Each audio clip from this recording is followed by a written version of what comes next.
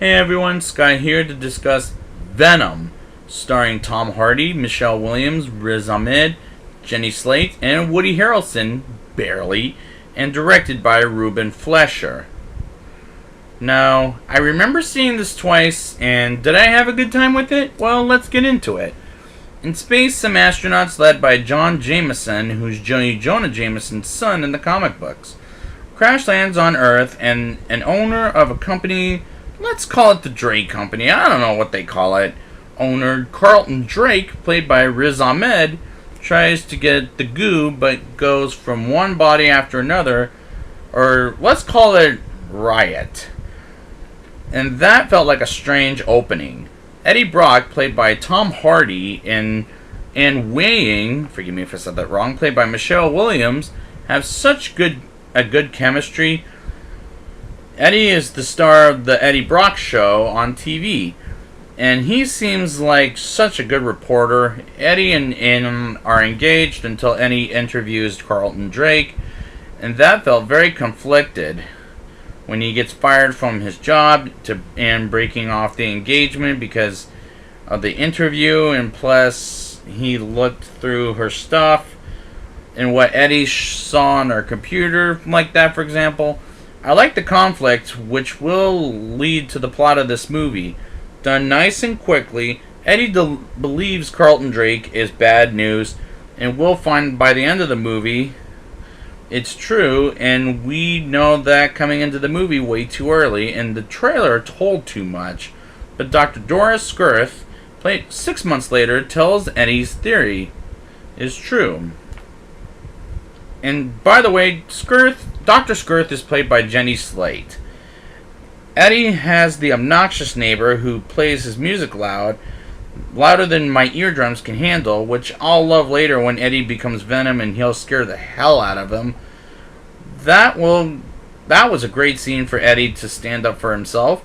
Carlton Drake tests his goo from a man named Isaac, and when the goo kills him off, it looks pretty bad. The problem I'm having is, what did Isaac do to deserve that death other than he's homeless?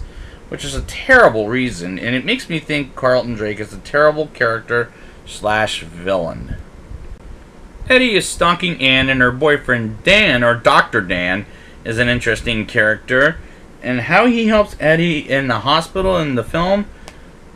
But Eddie stalking his girlfriend's house did feel kind of awkward.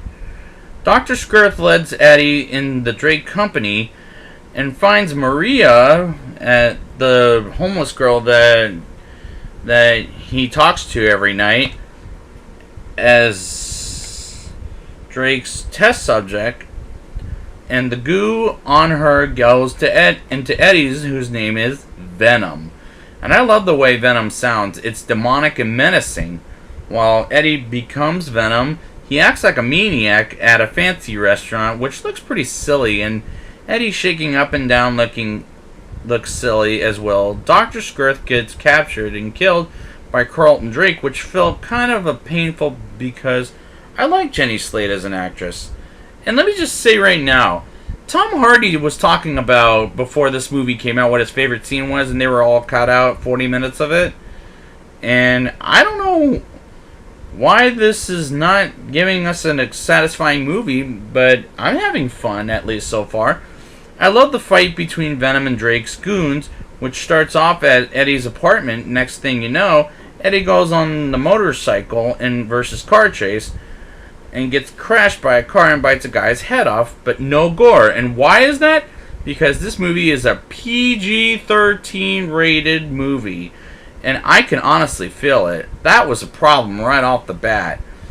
When Venom jumps up his own building that he used to work at, it looks bad, but the CGI needs a little more work. I do like when Venom says jump and Eddie doesn't and goes in the elevator and Venom says pussy. That was really funny. Sorry about that language, folks. It's not my favorite word, I promise you. A little girl who was infected by the goo infects Drake with the goo was just a bad looking shot.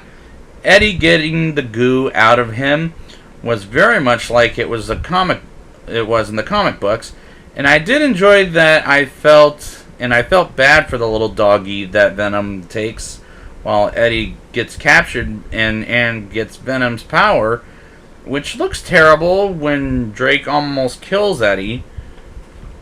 And the next thing you know, she comes in. I don't know if I want to look at that again. Venom fights Drake, aka Riot, who's the movie's villain, with Drake, and I love the final fight between Venom and Riot. It was zippy, sure, but I was having fun with it, and Anne shows that she can fight dirty, which I did like that moment. Venom blows up the rocket that Riot flies in, which was an impressive explosion. Even Michael Bay can't top that. Eddie and Anne visit each other one last time, and Stanley tells him to not to give up on her or each other, and which was a good cameo despite this being in the trailer. I love how Venom eats the robber of Mrs. Chen's arms, legs, and face.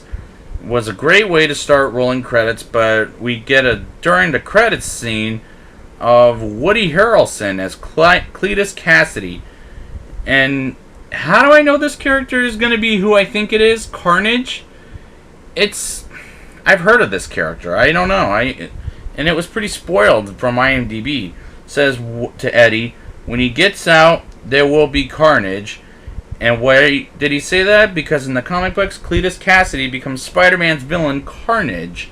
And I like that we see Woody Harrelson in a red hair wig. But it looks bad. I mean, it looks fake, honestly. But I was spoiled that he would be in this thanks to IMDb. After the credits, we get a clip of the new Spider-Man movie, Spider-Man Into the Spider-Verse, which was unnecessary because we'll see it in 2 months later. I don't know, it just felt unnecessary. Now it's time for the rating. I'll give this movie a 7.2 out of 10. This may be scary for younger viewers, but I had a good time with this movie. I love the action sequences, and Tom Hardy is a better Eddie Brock than Topher Grace in Spider-Man 3, and it was fun. I recommend seeing it just to get 2 hours out of your life out of the way and having fun with it. So I'd like to thank you guys for joining me, and I will be back in the next couple of months for a Spider-Man movie, Spider-Man Into the Spider-Verse. And until next time, we are Venom.